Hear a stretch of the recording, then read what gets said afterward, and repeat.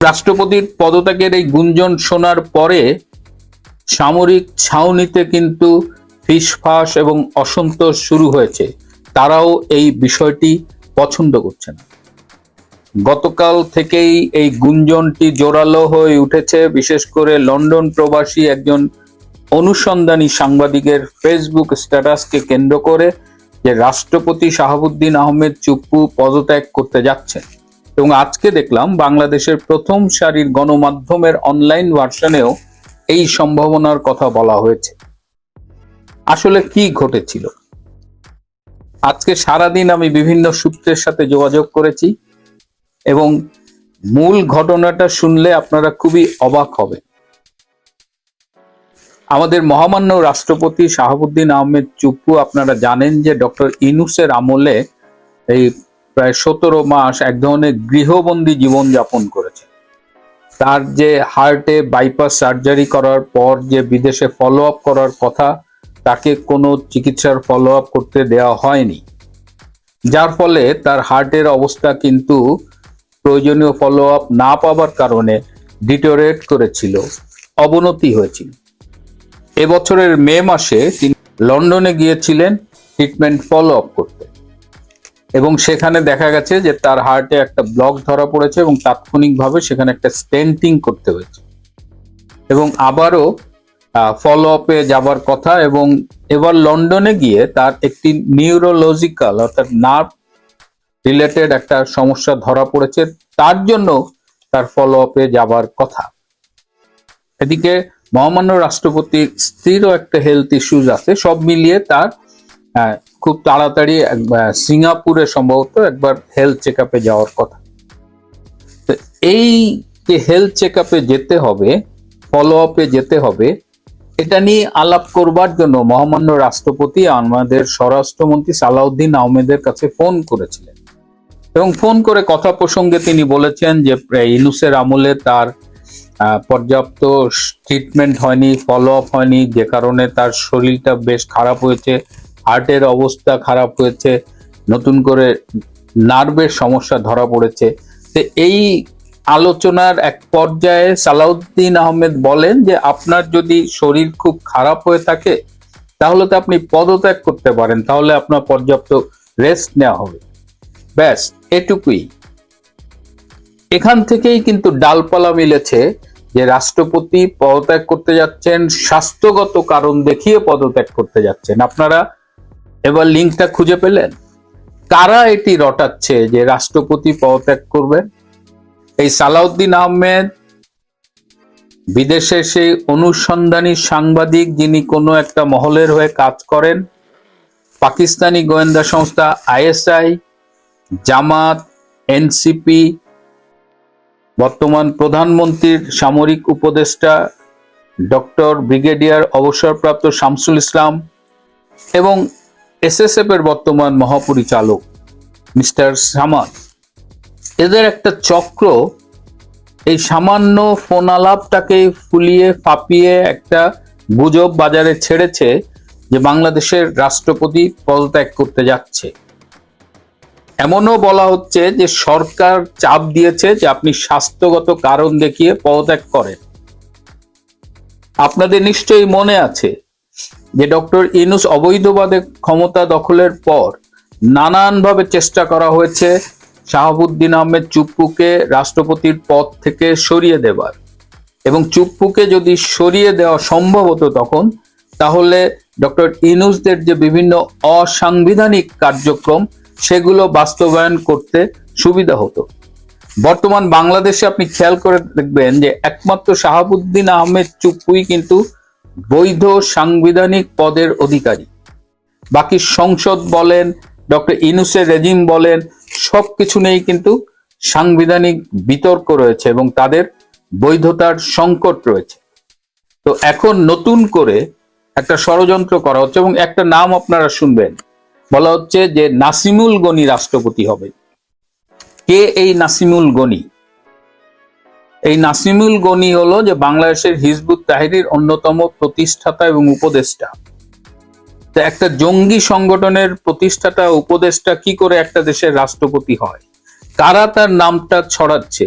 বাংলাদেশে যারা জঙ্গিবাদ স্টাবলিশ করার জন্য স্বপ্ন দেখে তারাই কিন্তু সুকৌশলে এটা ছড়াচ্ছে। সাথে তারা আইরিন খানের কথা বলছে, যাকে সম্প্রতি জাতিসংঘে রাষ্ট্রদূত হিসেবে নিয়োগ দেওয়া হয়েছে।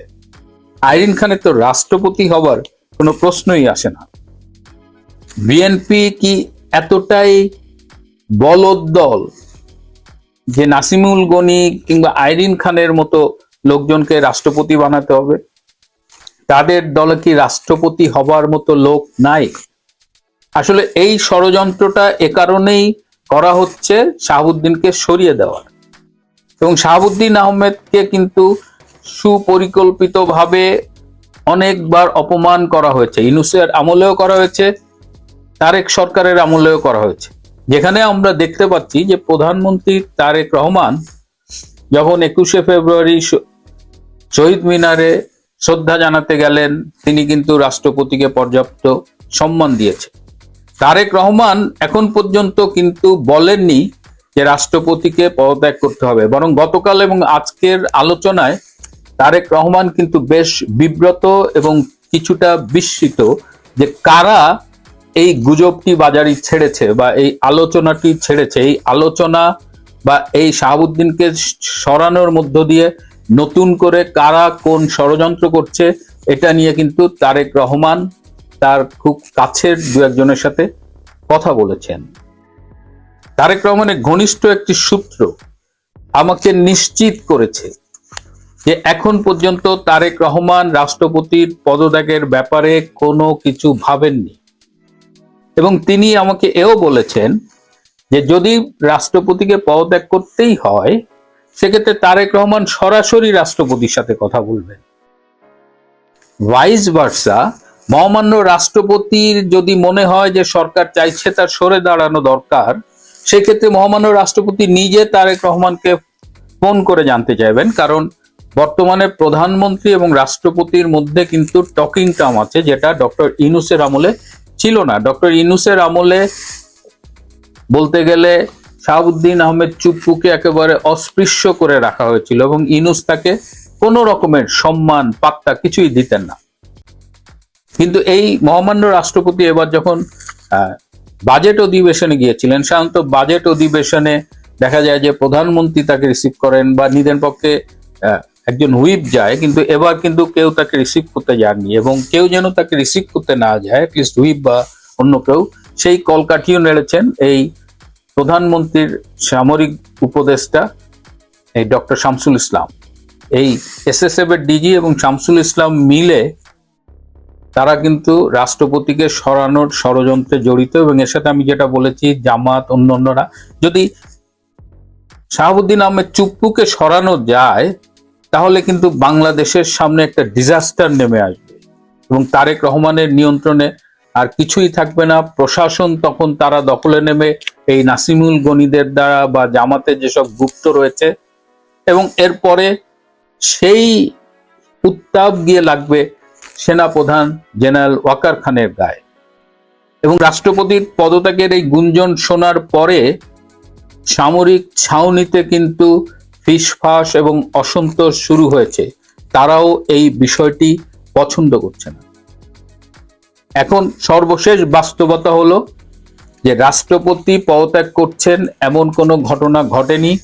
সরকারের পক্ষ থেকে এখন পর্যন্ত এমন কোনো সিদ্ধান্ত তাকে জানানো হয়নি। এটি সুকৌশলে ছড়ানো একটি গুঞ্জন এবং তার স্বাস্থ্যগত কারণে তাকে পদত্যাগ করানোর একটা গুজব বাজারে ছেড়ে দেওয়া হয়েছে বিশেষ একটি ষড়যন্ত্র বাস্তবায়নের জন্য।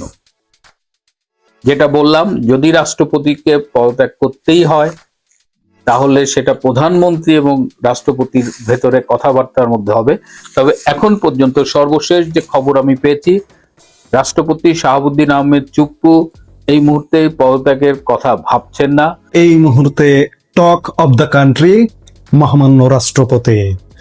লন্ডন ফোন কলে রাষ্ট্রপতির পতন শেষ পর্যন্ত কি ঘটছে মোহাম্মদ শাহাবুদ্দিনের ভাগ্যলিপিতে।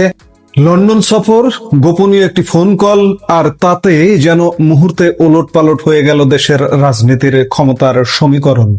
রাষ্ট্রপতি পদ থেকে মোহাম্মদ শাহাবুদ্দিনের বিদায় কি স্রেফ সময়ের ব্যাপার, চিকিৎসা শেষে লন্ডন থেকে দেশে ফিরলেও সেই 10 দিনের সফরের এক গোপন কথোপকথনে কি কাল হলো রাষ্ট্রপতির জন্য?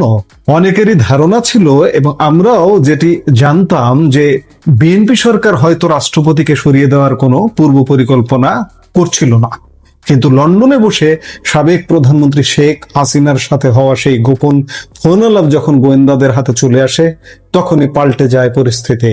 ঢাকার শীর্ষ নীতি নির্ধারকরা তাৎক্ষণিক সিদ্ধান্ত নেন মোহাম্মদ শাহাবুদ্দিনকে আর বঙ্গভবনে রাখা যাচ্ছে না। এই মুহূর্তের এই বিশেষ বিশ্লেষণে আমরা জানবো সেই লন্ডন ফোন কলে কিভাবে রাষ্ট্রপতির বিদায় ঘণ্টা বাজলো, পদত্যাগের পর তার ও তার পরিবারের ভাগ্যে কি ঘটতে যাচ্ছে, আর একই সাথে একটু জানতে চাইবো যে সাবেক রাষ্ট্রপতি আব্দুল হামিদের সুরক্ষার রহস্যই বা কি। পুরো বিষয়টি গভীরভাবে বুঝতে শেষ পর্যন্ত সঙ্গে থাকুন। দর্শক, মূল ঘটনার সূত্রপাত 2026 সালের মে মাসে। রাষ্ট্রপতি মোহাম্মদ শাহাবুদ্দিন স্বাস্থ্য পরীক্ষা ও চিকিৎসার উদ্দেশ্যে লন্ডন সফর করেন। 2026 সালের 9 মে তিনি লন্ডনের উদ্দেশ্যে ঢাকা ত্যাগ করেন এবং চিকিৎসা শেষে 18 মে দেশে ফিরে আসেন। আপাতদৃষ্টিতে এটি অত্যন্ত স্বাভাবিক এবং রুটিন একটি চিকিৎসা সফর বলে মনে হয়েছিল।